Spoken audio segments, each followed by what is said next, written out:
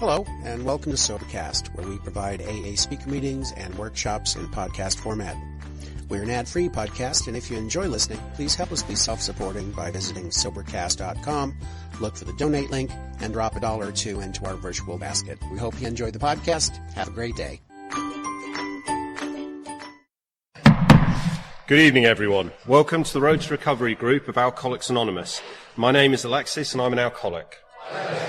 Could everyone please turn off their mobile phones or switch them to a silent profile, and please try to keep disruptions to a minimum. Alcoholics Anonymous is a fellowship of men and women who share their experience, strength and hope with each other, that they may solve their common problem and help others to recover from alcoholism. The only requirement for membership is the desire to stop drinking. There are no dues or fees for AA membership. We are self-supporting through our own contributions. AA is not allied with any sect, denomination, politics, organisation or institution, does not wish to engage in any controversy, neither endorses nor opposes any causes. Our primary purpose is to stay sober and help other alcoholics achieve sobriety. This is an open meeting of Alcoholics Anonymous. In support of AA's singleness of purpose, we would respectfully ask that sharing be confined to alcoholics, and when discussing our problems, we confine ourselves to those problems as they relate to alcoholism. There may be visitors here who are unfamiliar with our tradition of anonymity. We need always maintain personal anonymity at the level of press, radio and television. This tradition is a constant reminder that personal ambition has no place in AA. We are sure that anonymity is the greatest safeguard AA can ever have. We therefore seek your cooperation in protecting the anonymity of our members at the public level. The format of tonight's meeting will be 3 10-minute speakers, followed by a 4th speaker until approximately 8:30. The remainder of the meeting will then be open to the floor and closed at 9 o'clock. Can we please have a moment's silence to remember Tradition 5? Each group has but one primary purpose, to carry its message to the alcoholic who still suffers. Now tonight's final speaker is Gail.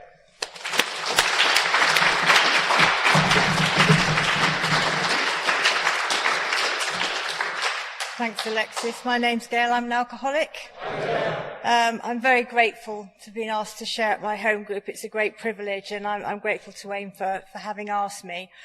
And I've known so many of you in this room for so long, because the great thing about this group is that, you know, there are people in here who've been here much longer than me and people who've come in after. So you all know my story. So I'm sharing for the newcomers, so the rest of you can just chill out, zone out and come back in 25 minutes. Because my message doesn't change. You know, when I came in to Alcoholics Anonymous, as these guys have described, you know, I was a wreck. It was the end of the line for me. And the great news is that if you are one of us, and I guess you wouldn't be sitting in an alcoholics, you know, meeting unless you were, you don't have to go down that far. You know, this can stop for you tonight. And I was just thinking when the other guys were talking, I don't know, 15 years ago, because, you know, I feel so grateful and so privileged. On Monday, you know, I will be 15 years sober, and it's absolutely miraculous, you know, that I've managed to do that a day at a time with the help of all of you guys, with God, and with, you know, continued sponsorship. Because when I came in, I couldn't imagine not drinking or not behaving like I had for a day. And I'm not sure at that time, you know, how high profile the AA meetings were, because certainly when I had that collapse that Mark talked about, you know, the suggestion was that I went to a treatment facility, but thank God that was a 12-step facility. And the suggestion was that as soon as I came out, I got to meetings. So it doesn't matter how you get here. The important thing is that you get here.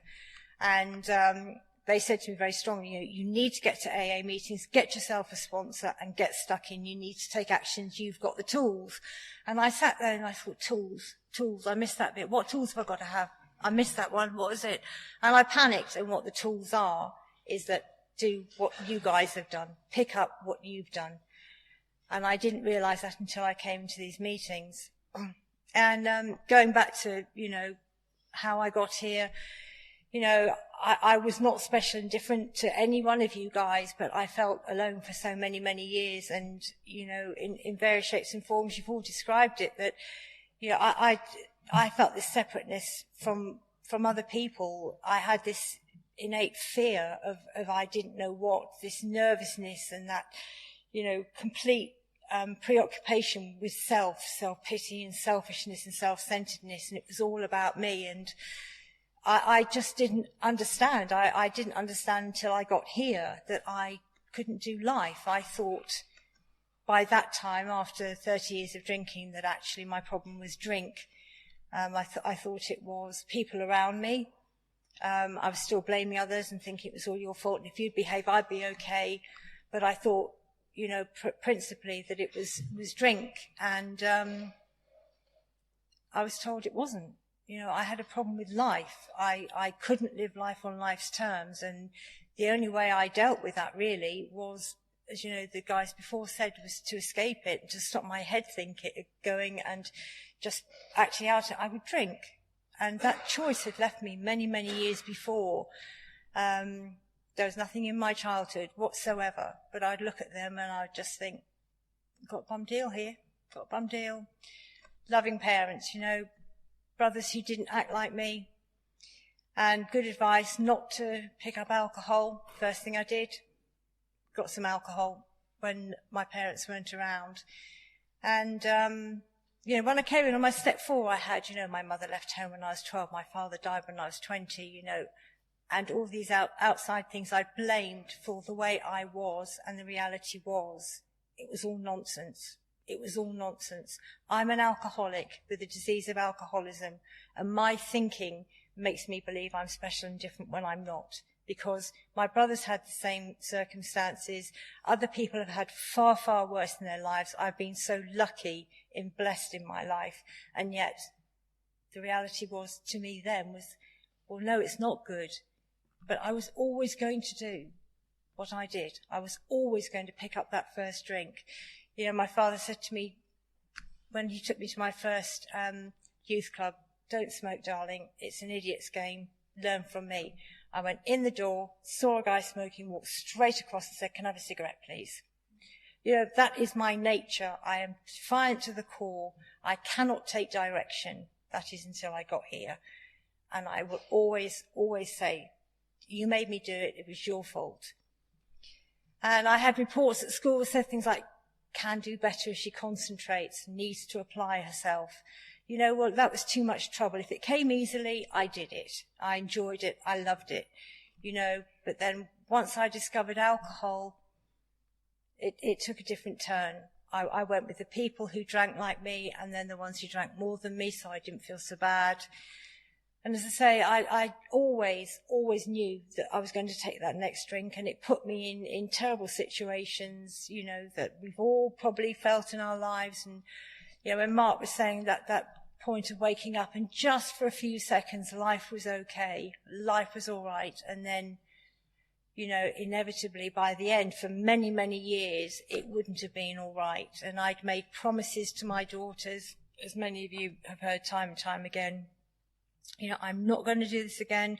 I promise. I'm sorry. I don't know how it happened, until they lived in fear of whether I was awake or alive when they came home, awake or alive when they went to bed. They couldn't bring their friends home anymore. And to the outside world, I had this magnificent life, the home, the husband, the children, the schooling, the social life. And yet inside, I was shaking to the core, full of fear and anxiety and resentment and all these emotions and feelings that I didn't know existed by words until I came in here, and you described them in absolute detail. Every single one of you shared your experience of how you felt, and I knew for the first time I wasn't alone. And I didn't have people here saying, pull yourself together, for goodness sake, just stop it, just pull yourself together, just don't take that first drink. Because for an alcoholic of my type, that's just an impossibility. I can make that decision in my head as much as I want, but it'll never last. And there was a meeting a couple of weeks ago where someone said, that they were really sort of happy made decisions. I was only ever happy, and I could only make good decisions, I thought, once I'd had a drink. And then the world was rosy, and yeah, this was going to be different, and I could do that, and I could achieve this, and I could achieve that. But it never stopped at that one drink, because I didn't know about this allergy that I had to alcohol. I didn't understand the craving that came with taking that first drink. I didn't realize that that phenomenon of craving was going to kick in again, and I was just going to end up in this hopeless state of not knowing the unpredictability. I mean, I might have been all right, but I might not have done. You know, there've been times I've been out with my then husband, and he'd bring me home, and I genuinely didn't get it. Why are we leaving early? And he'd say, you were burbling. But I was having this really great conversation in my head, but it wasn't actually coming out like that. And I did that time and time again. And so when my sponsor said, you know, you're insane, it actually made sense. That the insanity was this powerlessness over doing this repeated action time and time again, and not understanding that I was never going to be able to control it myself. And I did try at times, half-heartedly. And I would say to anyone who's in the room tonight, you know, who sort of feels, is this going to work, or is new, or is struggling, or returning, you know, if you give in, it's so much simpler. It's so much easier, with the help of someone and the people in the room who'll just show you the way, you know. And Cookie always says that, you know, when he was handed the suggestions, he thought, they're having a laugh, aren't they? How's this ever going to work? Well, if I do them, I'll come back next week and they'll tell me what I've really got to do, you know. But those suggestions work. They really, really work. And I needed something that worked. You know, as the others have said, I wanted to be happy, but I wanted it quickly. I'm someone who likes to have good results quickly. And what was promised me was that if I did these things, I could have these results quickly. The way I thought, the way I felt would change over time, but I would feel different. And so I took the suggestions, and I got on my knees, and I prayed for having had a sober day, because by that time I would consider I was dry. I wouldn't consider happy sobriety as I know it today. And I did believe in God. I didn't have a problem with the word God. And had taken the children to church, you know, and sort of taken the red wine, and then gone home and finished off with all the other stuff I had.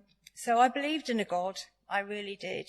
But I believe at that time I saw that as a punishing God, because that's the way I lived my life. You know, as I gave out, I was getting back from the world.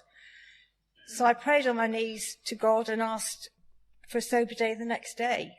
You know, I was encouraged and directed, because I took my suggestions as directions that I read from the basic text of Alcoholics Anonymous, the big book that, you know, has been pointed out, to read the doctor's opinion. And when I read that, it was such a relief to know that there were others like me, that somehow two people back in the 30s, you know, had come across something that would be life-saving for me.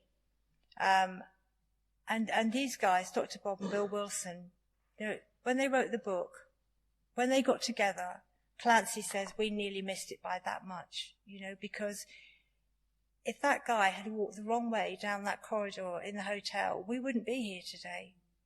We wouldn't be here. And when I think about gratitude, I think about that, because I know how lucky I am to be here, because most alcoholics of my type with the disease of alcoholism don't make it through those doors.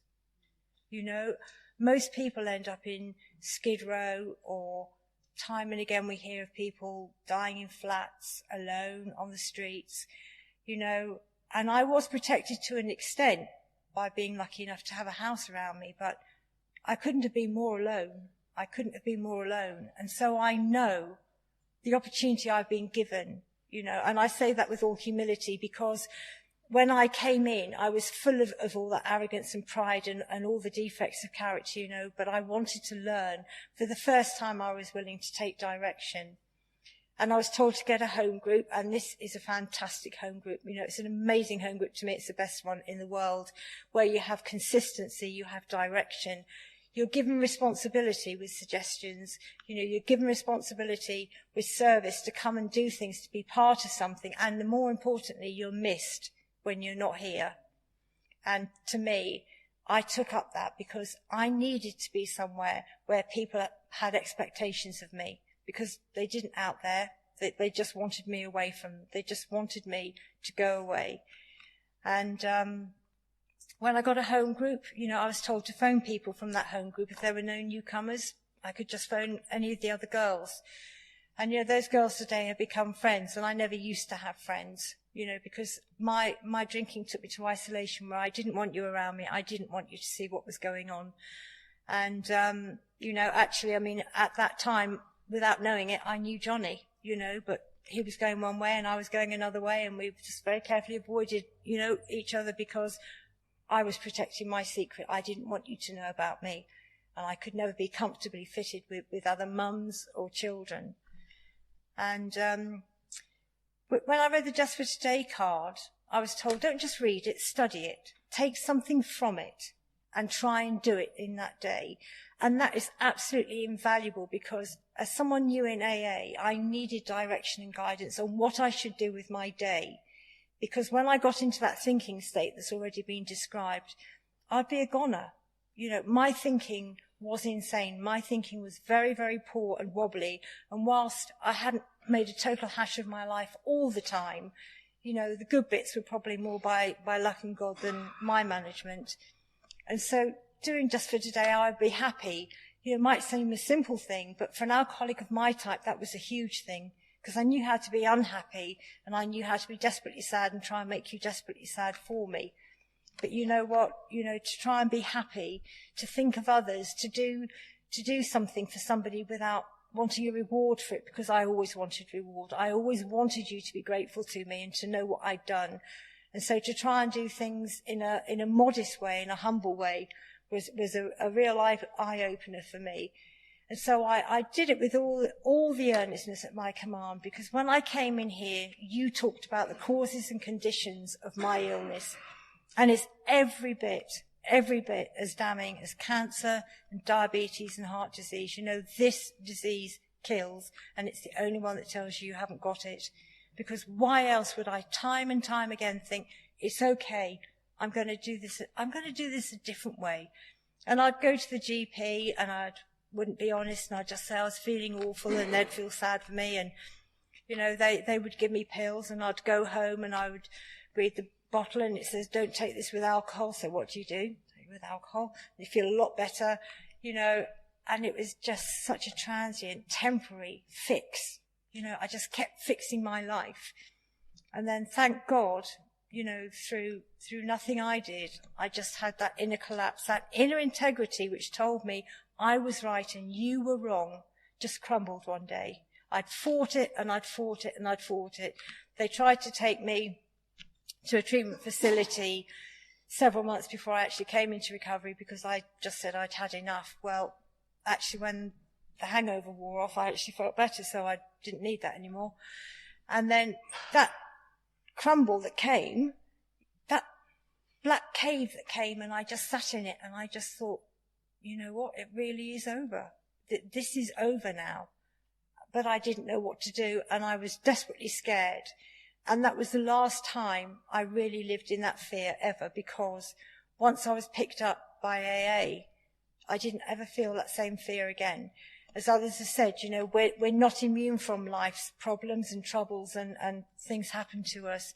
But we're not alone. We have sponsorship, we have a 12-step program. We have steps that lead us through so that we can manage life, that we can deal with things. So that fear is always at a reasonable level.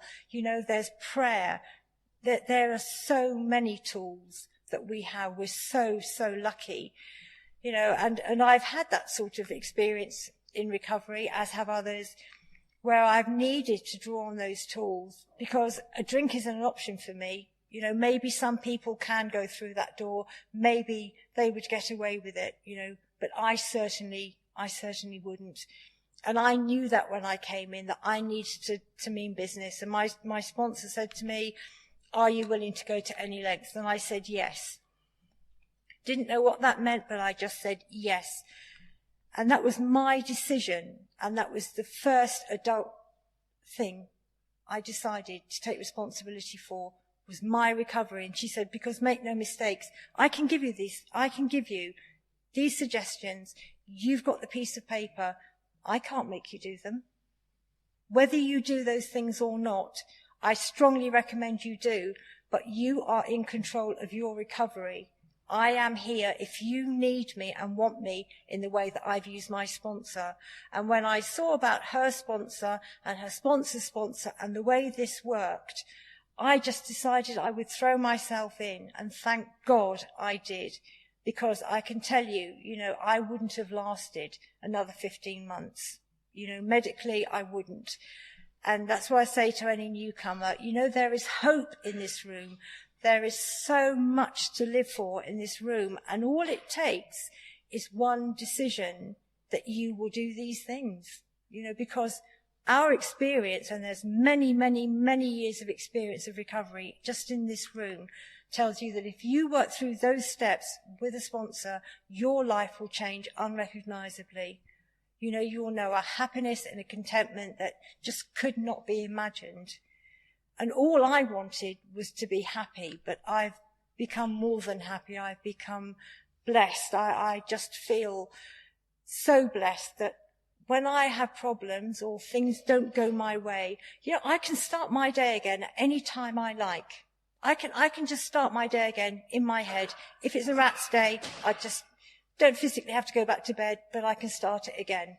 I can start with my Just for Today. I can start the reading, getting the spot. I can do anything.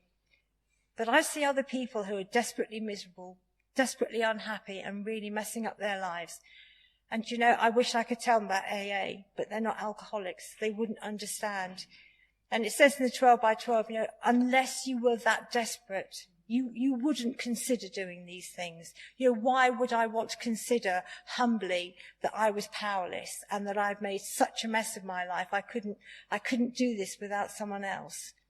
And the reality is that I do feel blessed. I do feel blessed today that I'm an alcoholic with the disease of alcoholism, recovered just for today, provided I do these things. And that's all I've done, these things on a daily basis. And I remember Alexis saying in a share once that, when he got to be a teenager in AA, he sort of thought, he just sort of knew a bit better and sort of went a bit wobbly for a little bit. And I just thought, idiot, I'll never do that. I know which side my bread's buttered. And the reality is that actually when I got to about that same stage, thank God, like Alexis, I never went out the doors. But sort of things happened, I didn't quite like them. I always did all my suggestions, but my thinking came back in.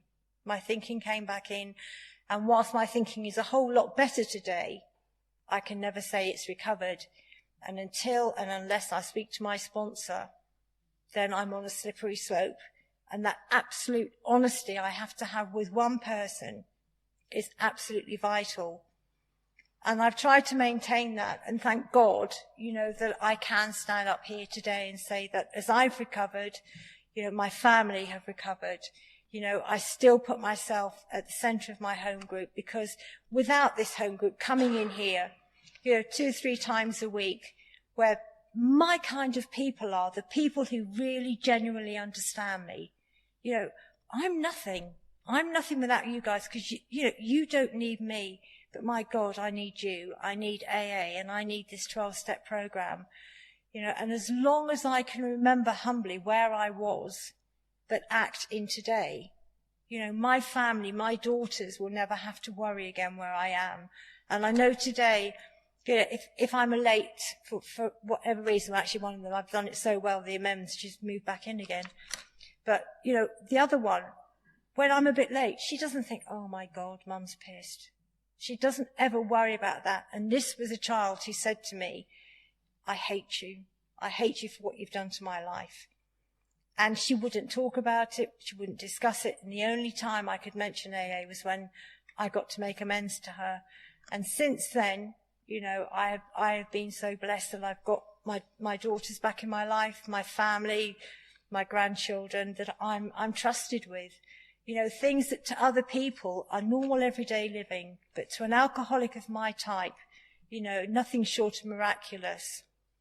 And I would beg anyone who feels wobbly or is not quite sure about this, look around you, look in the eyes of people, see how they're looking, look how they're sounding. You know, they're dressed up. It's a Friday night. We're here together. And as Mike says, if there was a better deal out there, he would be out there. We all would. But this works. And thanks Alexis, the reason I'm here today is simply because I put one foot in front of the other with other people who know better than me, people who will always know better than me and be great examples of Alcoholics Anonymous. You know, I feel so privileged to be in this fellowship. And as I say, I don't know when I came in how big a deal the meetings were, but I do know that this group has worked very hard through PI and service, you know, to get it out to doctor surgeries and around. And the service we do in this group is second to none, because we believe passionately, as I'm sure other recovered alcoholics do, the need to get this out to other people like us. You know, I wouldn't have made it if there hadn't been a 12-step program, and it wasn't the 30s, it was the 50s. And Bob and Bill, you know, thank God for them, because I know as an alcoholic I wouldn't be here today. As a recovered alcoholic, so grateful and so happy. I would urge anyone who has any doubts, just listen, just do it, and you'll have an amazing life. Thanks for listening.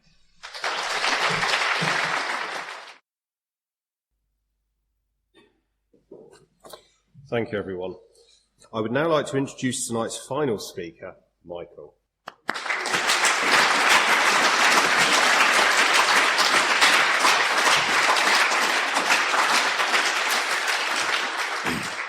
My name's Michael, I'm an alcoholic. I'd like to start off by thanking Wayne for sponsoring me all this time. I'd like to thank me mum. I'd like to thank my wife, my kids. I'd like to thank Lord Jesus Christ. I'd like to thank my father. Who else can I thank? No one really. Anyway, yeah, my name's Michael, I'm an alcoholic, and I'm up here today, 15 years sober. And if somebody would have told me that 15 years ago, you know what I mean, I would have just laughed, you know what I mean. I feel really blessed to be given a second crack at life, you know what I mean, to have experienced two different lives in one lifetime, basically, you know what I mean. I arrived here at the end of November 1997, and I'd just been kicked out of a treatment centre. And I thought that was the last place that you know what I mean, was going to help me. Before then, do you know what I mean? There was failed attempts from doctors, counsellors, psychiatrists, everything that I thought I could try to stop my drinking or even control me drinking, I tried. And nothing worked. It just got worse and worse and worse. And you know what I mean, I was one of these alcoholics that I'd never had a job, you know what I mean, from leaving school. I never really had like a job. I never had no purpose, direction. My life was about just, and my mates that I used to hang around with was about just every day finding ways and means to just getting out of our faces, you know what I mean, and that was it. And I thought working was for losers. Why would you want to work for it? You know what I mean? I tried a few jobs and it's just so hard, you know what I mean? I just couldn't do it. And I remember in recovery, I was about 2 years into recovery. I'd got a job, I'd started work, I'd gone through the 12-step program, and I was in a cafe somewhere with my workmates, and this bloke's come up to me and gone, "Hello, Michael, how are you? You looking well? I hadn't seen you for a while." He said, "What are you up to?" And so I said, and I thought, "Who are you?" And I didn't have a clue who this person was. I thought, like, program, you know what I mean, higher power, get assertive, ask him. Just, you know what I mean? So I said, no, fast. Sorry, your face is familiar, but where do I know you from again? He said, I lived next door to you for about 10 years. I was like, what? And then it clicked. I thought he was up to no good, because I would never see this person. From first thing in the morning, he'd be gone. I wouldn't see him all day. And then all of a sudden, I may hear the door bang at night, and that was it. I'd never seen it. I thought, he's up to no good. Didn't occur to me he had a 9-to-5 job. You know what I mean? This didn't figure. And that was it. I had no concept on how to live life. I had no focus, no ambition, no direction. I just didn't have a clue. You know what I mean? I found out later that this was really my problem. Was not so much the drink, it was a living problem. And when I look back, I was full flight from reality. You know what I mean? I didn't want the normal things that normal people done. I wasn't interested in these things. Relationships, you know what I mean? As long as the girl was a good shoplifter, that was all right. You know what I mean? Jobs, didn't want a job. You know what I mean? She's a good shoplifter, that's fine. Out every day, breaking the law, up to no good, to get money to drink. That was my life. You know what I mean? Day after day, week after week, month after month. And it got to a point where I thought I was having fun and everybody else was deprived of it. But there come a point where I thought I'd had enough, and I tried to stop, and I found out that I couldn't. And that's when things got a bit scary. You know what I mean? And I'll try and stop again. I'd last a couple of days, weeks, maybe. You know what I mean? And it'd backfire, and I'd pick up a drink again. I'd be in and out of prison. I'd go in prison, and I'd write letters home to the family, promising not to do these things again. I'm going to change my life, or I'll get a job, and promises that I sincerely meant. And sometimes it'd be smudge marks in the ink. You know what I mean? Where I'm like crying, writing letters to me nan or me mum. You know what I mean? Thinking, why do I keep doing this? You know what I mean? Why? Because inside I knew I was a good person. You know what I mean? Inside I knew I was a decent chap, and yet I was like Frank Spencer. You know what I mean? Everything I'd done just backfired and went wrong. You know what I mean? And it was so frustrating because I wanted to show everybody how good a decent chap I was. And yet the harder that I tried, it made me look a bad chap.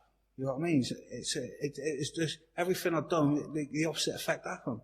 And I'd write these letters on me, and I sincerely meant them from the bottom of my heart. You know? And then I would get discharged from prison, walk through the gates, and I would totally forget what I've been in there for. Can I have one of them sweets, mate? Is that cough sweet? No? Oh, right. But, yeah, so, yeah, I'd get out of prison. I'd totally forget what I was in there for. And I'd go out, meet the mates, pick up a drink, try and control it, may go right that night, that may last a week, and think, oh, it ain't too bad. But then, over any period of time, I would always overstep that mark, and the inevitable would happen again. And I would be seeking help from the doctors, the counsellors, the psychiatrists. Nothing worked. You know what I mean? In fact, the drinking got worse and worse and worse.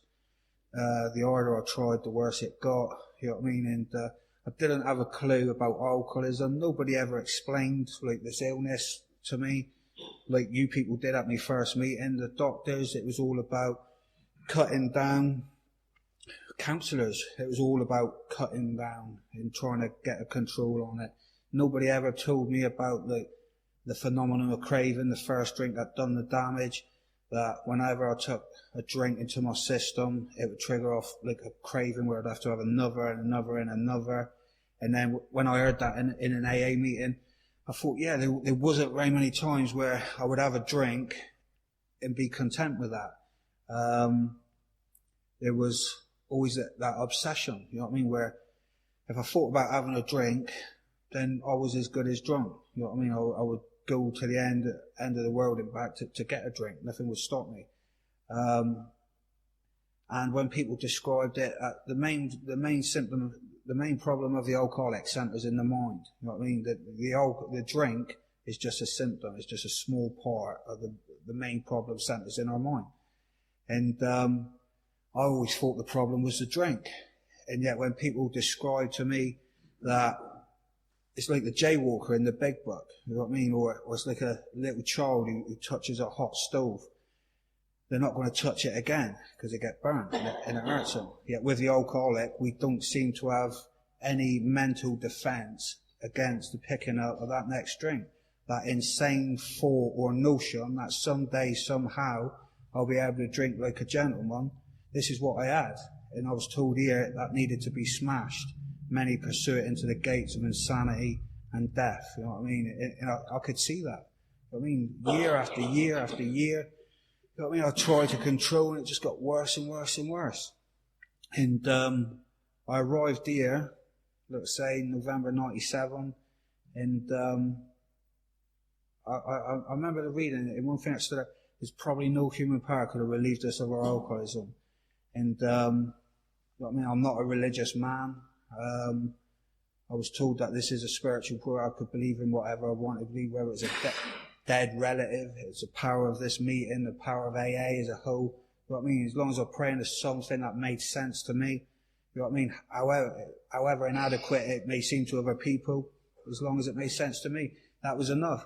So I remember like arriving here and listening to you people do what I'm doing tonight, and you people talk my language. You know what I mean? You people have been to the places where I've been, yet you'd found a way out. For the first time in my life, I didn't feel that I was a special case. You know what I mean? I realised that night that I was just like you people here. You know what I mean? I wasn't special or different. I was just like one of you. And again, for the first time in my life, around alcoholism and drinking and other things, I realised that, well, if I do what you people have done, then why shouldn't I get the same results of what you people have got? And that's as simple as I kept it, you know what I mean? And really, it's a case of playing follow the leader, you know what I mean? I followed the people that went before me. You people won my confidence, you know what I mean? A blagger can't blag a blagger, you know what I mean? I know you people have been to where I've been. From the stories that you tell, like, I could match the mental inconsistencies around the insanity that goes before the taking of the first drink, this insane thought that will make it better. You know what I mean? No matter how bad your drinking got, you would always make it all right to pick up that next drink. I could relate to these things, so I knew you weren't lying, and I knew if you was like me, you wouldn't be stood up here saying that this stuff really works, this is really good stuff, and really blows my mind. And you know what I mean? It's just unbelievable. It's amazing today. And if it was crap, you know what I mean? If it was crap, I would tell you it was crap. I would stand up here. I'll be the first one to tell you, this is all shit. Don't listen to these people. You know what I mean? Because these people ain't got a clue. I've done this for so long now, and I ain't feeling no better. I would tell you. You know what I mean? Especially after you're telling me to get involved with service and pick up stuff from outside and make cups of tea, and I didn't get no benefits from it. I'd be really, really angry. I'll be really angry. Angry on the verge of being violent. Angry on the verge of having violent tendencies. If I was tricked into doing work for somebody, not getting paid for it, and I didn't get nothing from it, I would be mighty, mighty, without swearing, peeved. And yeah, I started doing these things within weeks. You know what I mean? Within weeks, I was feeling something's working. I could feel a power working for me that I'd never felt before. I don't know what that power was, or whatever it was, I could feel it working. I had weeks and weeks and weeks of no sleep, withdrawing from antidepressants, drink, and all these things, and I couldn't get to sleep. All I had was my list of suggestions, my sponsor's phone number, and the meeting was a lot smaller there, a few phone numbers of like other people in the meeting. Used to meet up with Dave a lot, and I was doing these things, and my two fears, it was the same as Dr. Bob. I had a fear of not getting to sleep, and I had a fear of running out of drink. Because if I ran out of drink, I wouldn't getting any sleep. And I'll be tossing and turning, pacing up and down all night. You know what I mean? And yet, I didn't have none of these things in early recovery. And I wasn't sleeping, and I didn't have no drink. And yet, I was doing these suggestions, and I was feeling on top of the world. And I would phone my sponsor every day. I would tell him, I haven't had no sleep, but I'm feeling great. You know what I mean? I can feel that something is working. And I remember that first night when I got a few hours sleep, and then I got a few more hours sleep, and then I got a few more hours sleep, and then I was sleeping like a baby right through. You know what I mean? And I was just on top of the world. You know what I mean? I was on top of the world, and this was early on in recovery. You know what I mean? Like John said, made the start on the steps. Within 3 months of working with my sponsor, I was doing my first step 9s, and I went out making amends, and that was when my sponsor told me to get a job. And you've all heard it before. I thought, why is he punishing me? You know what I mean? Why? And but I did it. You know what I mean? I went out, I got a job. It was hard. Don't get me wrong, you know what I mean? It was hard. I was 26, 27 years old. You know what I mean? Never been able to integrate with society. And then I'm in this job, not having a clue what to do. Stood around half the time looking like a dummy. Afraid to ask anybody for help. And yeah, I persevered with it and went on to do well at that. You know what I mean? And I've gone on from there, and then from there, you know what I mean, the 15 years that I've had in AA does blow my mind. You know what I mean? And I would tell you if it was any different, and it would be dishonest of me to do that, because my life today is unrecognisable to the one that I had before I arrived here. You know what I mean? People that I work for and like business contacts that I have today, they haven't got a clue, a lot of them, you know what I mean? And like ones that I do get close to, and I tell them, that's unbelievable. That is absolutely unbelievable. You know what I mean? They can't picture such a fine fella like me as leading this like double life like 15 years ago. You know what I mean? I have prisons and institutions and them trusting me with all sorts manner of things. You know what I mean? It's such an upstanding pillar of society that I am. You know what I mean? It's I was never like that before. I was never like that before. I was locked up from society for being a nuisance. You know what I mean? And it's little things like that. This 12-step program as well in AA is always, for me, you know what I mean, has always made me want to do the best I can in life, in whatever I do. Whether it's work, family life, just go for gold. I was always told, go for gold. You know what I mean? Don't settle for silver. Go for gold. You know what I mean? So from work, in my work, you know what I mean? I went back to college, done courses. You know what I mean? Set up my own business in what I do today. You know what I mean?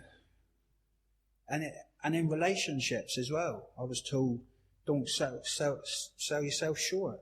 You know what I mean? Do the right things around it. Don't go sleeping about, putting it about. You know what I mean? Follow suggestions. Do the right thing. You know what I mean? When you meet somebody, take them, date them, get to know the person. You know what I mean? And I remember that opportunity arose. You know what I mean? With my beautiful wife that I'm married to today, Tammy. Best get mentioned the wife and my kids, Millie and Maisie. You know what I mean? I remember when I first started dating Tammy, I would have rather have been put in a ring with Mike Tyson. The nerves that I felt, I was feeling sick, my legs were shaking. Don't tell her that. Give it a large, didn't I? But I was phoning up my sponsor. What do I do? What do I say? Where should I take her? You know what I mean? Just like so, never done it before. You know what I mean? Like real. You know what I mean? This is a real deal in AA. You sober up and everything becomes like real. You know what I mean? And I'd done the right things around it. Took her out, and looking back on it, it's like the early days of recovery. My early days of recovery, and to anybody new tonight, they are not to be missed. You know what I mean? That feeling where it's all like new, and you see a place where you're in society, and that feeling that everything's going to be all right without a drink, without a drug, or without whatever it is. You know what I mean? That makes you feel better. You have this peace and this serenity that comes over you, and you know that if you keep doing what we're supposed to do here, then it will just get better and better, you know what I mean? And that first feeling in early days was amazing. And it was like the same when I started dating my wife, you know what I mean? Taking out, dating her, you know what I mean? Going pictures, doing this, doing that, you know what I mean? It was brilliant. And then a couple of years later, we got married, you know what I mean? And as a sponsor and as a sponsee, you know what I mean? You hear it all the time. Oh, I'm never going to meet no one. I'm never going to do. You know what I mean? And but you may not. But you put this first. The right things, whatever it will be, will happen. And you know what I mean? My life is just amazing today. It is. You know what I mean? What AA has done for me, it still blows my mind today. And I know the most satisfactory years of our existence lie ahead. You know what I mean? Through the old timers that's gone before me, and also just knowing, like the 15 years that I've been around, just knowing that if you keep doing this, you know what I mean? You keep coming to your meetings, you know what I mean? Doing your suggestions, phoning your sponsor, you know what I mean? Doing service, you know what I mean? It gets better. Don't get me wrong, I've had my fair share of ups and downs in the last couple of years. But so does everybody in life, you know what I mean? But I would say 99% of my time in AA is been ups. You know what I mean? The small percentage of life on life's terms, trials and low spots is nothing, you know what I mean, compared to the great things that AA has done for me, and I know will continue to do so as long as I put this first. And you see so many people come in, you know what I mean, and they do well for months, years, you know what I mean? They get the wife, they get the job, a good career, they get a new house or new car or whatever, and get a bit cocksure and think that's ideal. Don't need to do this anymore. You know what I mean? I'll cut down on my meetings. You know, I've got the missus. Was that stop? And then I can share for another 2 minutes, or was that? Yeah. Carry on for another 2 minutes. Yeah. Ideal. I seen the red one first. Was I? Well, I wasn't tripping, was I? Okay. Ideal. Bloody hell. But yeah. So anyway, I'm having flashbacks now. All these lights going off. Getting paranoid now that another one's going to come on in a minute. But no. Like I say, like AA and what this has done for me, you know what I mean, and what I've seen through people that stopped doing this, you know what I mean, everything I have in my life today, I've said this before, everything I have in my life today is on hire purchase from this fellowship. And if I start my weekly, my monthly repayments to this fellowship, you know what I mean, I know that the debt collector, which is alcoholism, addiction, or whatever it may be, you know what I mean, will come and take everything from me. I've seen that. You know what I mean? I've seen it happen year after year after year. And it's heartbreaking to see as well, you know what I mean? Because this illness affects families and other people like no other illness can. It rips through families, society, like wildfire. You know what I mean? And tortures the individuals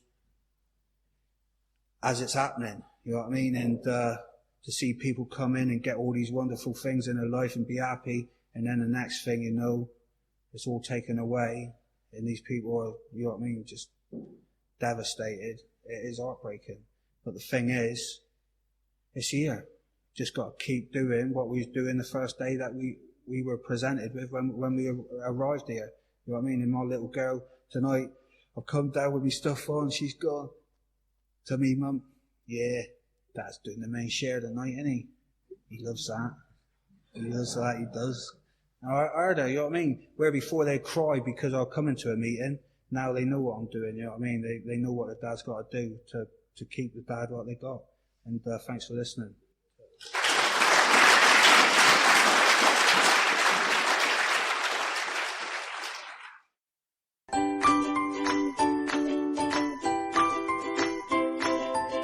Thanks for listening. I hope you enjoyed the podcast. Sobercast is ad-free, and we'd like your help in order to keep it that way. So if you'd like to help us be self-supporting by pledging $1 or $2 a month, visit Sobercast.com and look for the donate links. Thank you very much.